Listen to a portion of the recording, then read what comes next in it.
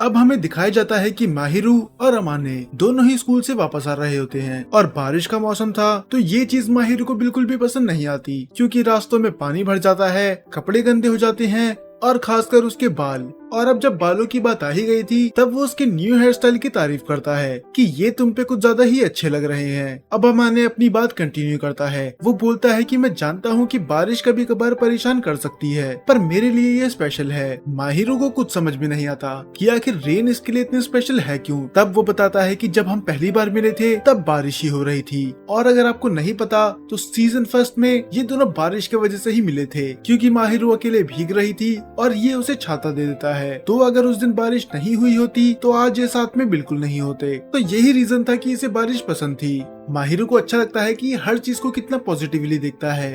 अब ये दोनों घर जा चुके थे और थोड़ी देर बाद माहिरू पूछती है कि आखिरकार तुम बाकी लड़कों से आज इतनी बहस क्यों कर रहे थे। मैंने तब सबके सामने नहीं पूछा, तो क्या तुम मुझे अब बता सकते हो। दरअसल स्कूल में ये और इसके दोस्त बहस कर रहे थे कि अमाने स्कूल की सबसे सुंदर लड़की को डेट कर रहा है, पर वो उसके लिए कभी कुछ स्पेशल करता ही नहीं। वो सब लड़के उससे बोलते हैं कम से कम तुम्हारे बीच में एक किस तो हो ही जानी चाहिए थी, और यही रीजन था कि ये स्कूल में बहस कर रहे थे। पर ये बात ये माहिरू को नहीं बताना चाहता था, तो माहिरू उसे फोर्स नहीं करती। वो बोलती है कि अगर तुम नहीं बताना चाहते तो कोई बात नहीं, हाँ मैं जानती हूँ कि हम दोनों डेट कर रहे हैं, पर इसका मतलब ये तो नहीं कि हम अपने सारे सीक्रेट शेयर करें। और ये सुन के उसे अच्छा लगता है, और यही रीजन था कि वो उसे पसंद भी करता है कि ये दूसरों की कितनी रिस्पेक्ट करती है। तब अमाने उससे पूछता है क्या तुम आजकल चितोसे से कुछ एडवाइस ले रही हो, और इस पे वो शॉक्ड हो जाती है कि आखिर ये चीज इसे कैसे पता चली। तब अमाने उसे वार्न करता है कि तुम चितोसे को हमारी सारी बातें मत बताया करो। हाँ मैं जानता हूँ कि वो दिल की साफ है,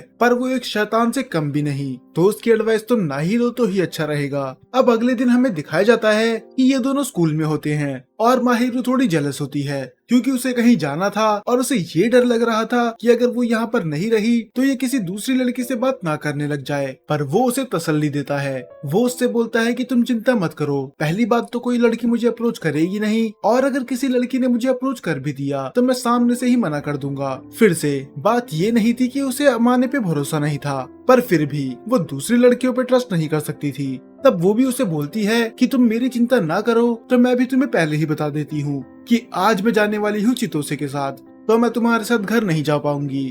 तब वो आगे बताना कंटिन्यू करती है कि मुझे आज एक स्विमिंग ड्रेस लेने जानी है जो कि हम स्विमिंग पूल में पहन सके। और वो बहुत ज्यादा हैरान होता है कि आखिर कब से इसे स्विमिंग पसंद आने लग गई, क्योंकि जहाँ तक अमाने को याद था इसे स्विमिंग बिल्कुल भी पसंद नहीं है, क्योंकि ना तो उसे तैरना आता है ना ही ये उस चीज को एंजॉय करती है। स्विमिंग पूल के थोड़ी सी पास जाने में ही इसकी हालत खराब हो जाती है, पर तब उसे धीरे धीरे चीजें समझ में आने लग जाती है। ये जरूर उस चितोसे की बच्ची का आइडिया होगा। दरअसल चितोसे ने माहिरू के दिमाग में ये बात भर दी थी कि अगर वो स्विमिंग ड्रेस पहनेगी तो अमाने उसको ज्यादा टेंशन देगा। अमाने ये चीज समझ तो जाता है, पर वो कुछ बोलता नहीं।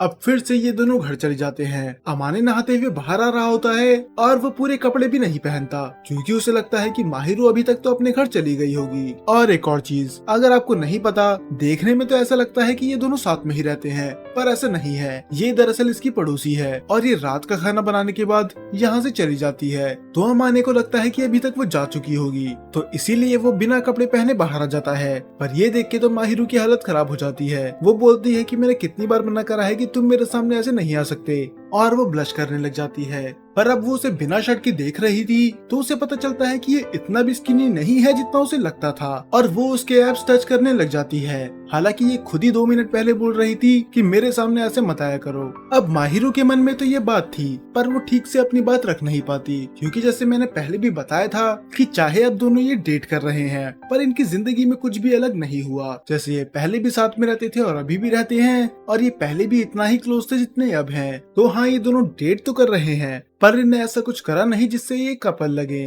तब अमाने को अपने दोस्तों की बातें याद आती हैं और वो इसके चीक पे किस कर देता है। हाँ, हालांकि ये डायरेक्ट किस नहीं थी, पर फिर भी वो माहिरू के लिए स्पेशल था। तब वो बोलता है कि तुम्हें इससे कुछ प्रॉब्लम तो नहीं है ना, कहीं मैं कुछ ज्यादा ही बाउंड्री क्रॉस तो नहीं कर रहा।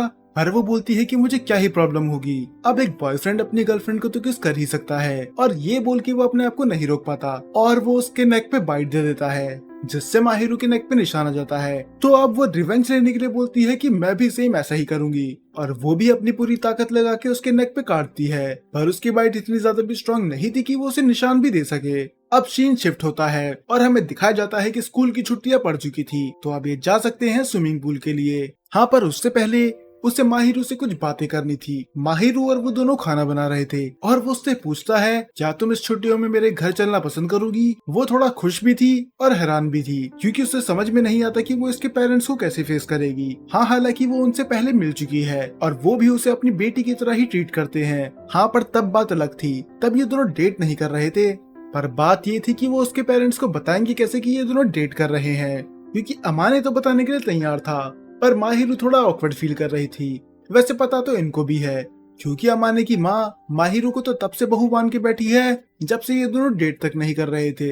हाँ, तो अब इनने तय कर लिया था कि ये छुट्टियों में जाएंगे इसके पेरेंट्स के घर, और अब फाइनली दिन आ चुका था जब ये जाने वाले थे स्विमिंग पूल। और सबसे पहले वो अपनी स्विमिंग ड्रेस दिखाती है अमाने को। ये ड्रेस बस उसने उसी के लिए पहनी थी। पहले तो वो उसकी सुंदरता में खो जाता है, पर वो जल्दी से अपनी जैकेट उतार के उसे दे देता है, क्योंकि बाकी लड़के भी उसे देख रहे थे और यही रीजन था कि वो जेलस होने लग जाता है। अब ये दोनों एंजॉय करने लग जाते हैं, पर जैसे ही ये स्विमिंग पूल में जाते हैं माहिरू की तो आत्मा ही निकल जाती है, क्योंकि इसे तैरने से बहुत ज्यादा डर लगता था। वो तो बस यहाँ पर इसलिए आई थी ताकि वो अमाने को अपनी ये स्विमिंग ड्रेस दिखा सके। उसको सच में तैरने का कुछ मन नहीं था।